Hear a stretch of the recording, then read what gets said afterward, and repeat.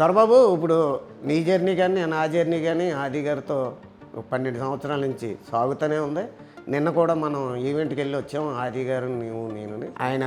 ఆయనతో కలిసి ఎక్కువగా నువ్వు రూమ్లో ఉంటావు. ఆయనకి ఏ అవసరాలున్నా నువ్వు చూస్తూ ఉంటావు ఫుడ్ విషయంలో. కానీ ఆది గారికి ఏ ఫుడ్ అంటే ఇష్టం, ఆయన పద్ధతి ఏంటి, రూమ్లో ఉండేటప్పుడు నేను ఉండను కాబట్టి మీరు ఎలా ఉంటుంది, ఆ టైప్ ఎలా ఉంటుంది అసలు? ఆది గారు మామూలుగా ఆయనకి ఏ బ్యాడ్ హ్యాబిట్, అసలు టీ కాఫీ అలవాటు కూడా లేదు మనిషి.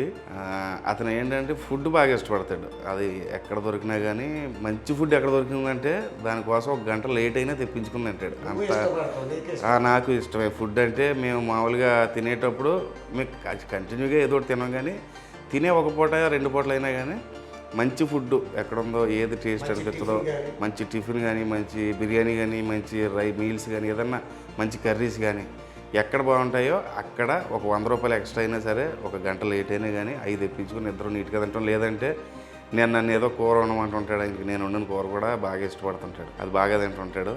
ఆయన గురించి చెప్పాలంటే నాకు తెలిసి చాలా మంచి వ్యక్తుల్లోకి అలాంటి మంచి వ్యక్తిని అయితే అవును. నాకైతే ఆది గారిని చూస్తే నాకు ఒక్కొక్కసారి నా మీద నాకే సొత్తుంటుంది. చాలా మంచి మనిషి. అంటే ఎవరికన్నా మా టీంలోనే కాదు, ఎవరన్నా తెలిసిన పరిచయాలు ఉన్న వాళ్ళు కూడా కష్టాలు ఉన్నారంటే ఫైనాన్షియల్గా హెల్ప్ చేస్తుంటాడు. అలాగా నాకు అయితే చాలా పెద్ద సేవ చేసిన మనుషుల్లో ఆయన కూడా ఉన్నారు.